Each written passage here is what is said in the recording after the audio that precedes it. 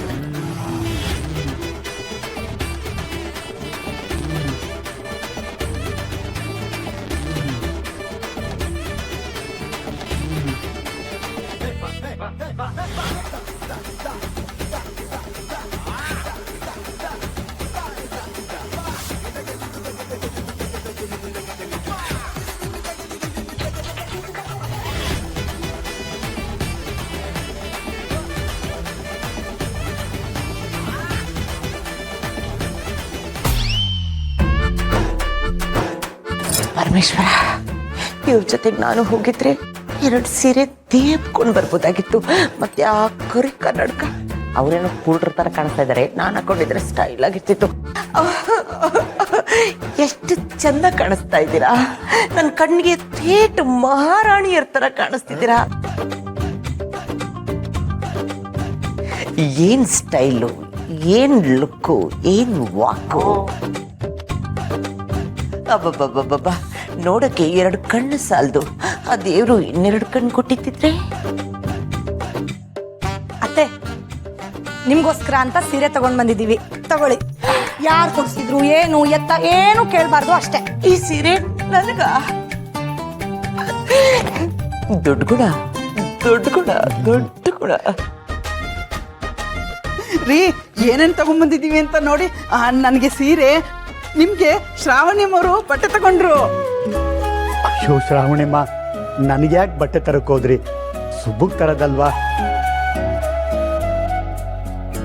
ಒಂದು ಕೆಲಸ ಮಾಡಿ, ಸುಬ್ಬು ಹೇಗೂ ಆಚೆ ಇರ್ತಾನೆ, ಅವನಿಗೊಂದು ಫೋನ್ ಮಾಡಿ ಎಲ್ಲಿದ್ದಾನೆ ಅಂತ ಕೇಳ್ಕೊಂಡು ನೀವು ಅಲ್ಲಿಗೆ ಹೋಗಿ ಸುತ್ತಾಡ್ಕೊಂಡು ಬನ್ನಿ. ಹೌದಲ್ವಾ? ಅಯ್ಯೋ, ನನ್ನ ತಲೆ ಒಳಿಲೇ ಇಲ್ವಲ್ಲ ಇದು. ನಿನ್ ತಲೆಗೆ ಏನು ಉಳಿಯುತ್ತೆ? ನೀವು ಸ್ವಲ್ಪ ಸುಮ್ಮನೆ ಇರ್ತೀರಾ? ಶ್ರಾವಣಿಯಮ್ಮ ಸುಬ್ರಹ್ಮಣ್ಯನ್ ಫೋನ್ ಮಾಡ್ಬಿಟ್ಟು ಅವ್ನು ಎಲ್ಲಿದ್ದಾನ ಅಲ್ಲೇ ಇರಕ್ಕೆ ಹೇಳಿ. ಆಮೇಲೆ ನೀವು ಹೋಗ್ಬಿಟ್ಟು ಎಲ್ಲ ಕಡೆ ಸುತ್ತಾಡ್ಕೊಂಡು ಬನ್ನಿ. ಅತ್ತೆ, ಆದ್ರೆ ಗೀದ್ರೆ ಏನು ಇಲ್ಲ. ಮೊದಲು ಸುಬ್ಬು ಕಾಲ್ ಮಾಡಿ. ನೀವು ಮಾಡಿ ಅಮ್ಮೋರೆ, ಮಾಡಿ ಮೇಡಮ್ ಅವರೇ.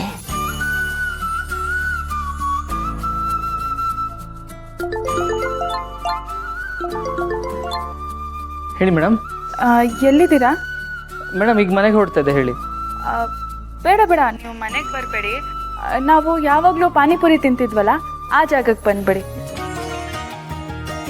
ನನಗೆ ಯಾಕೋ ಪಾನಿಪುರಿ ತಿನ್ಬೇಕನ್ಸ್ತಿದೆ, ಕೊಡಿಸ್ತೀರಾ ಅಲ್ವಾ? ಹೌದಾ, ಸರಿ ಮೇಡಮ್, ಆಯಿತು. ಸರಿ, ನೀವಲ್ಲೇ ಕಾಯ್ತಾ ಇರಿ, ನಾನು ಬರ್ತೀನಿ.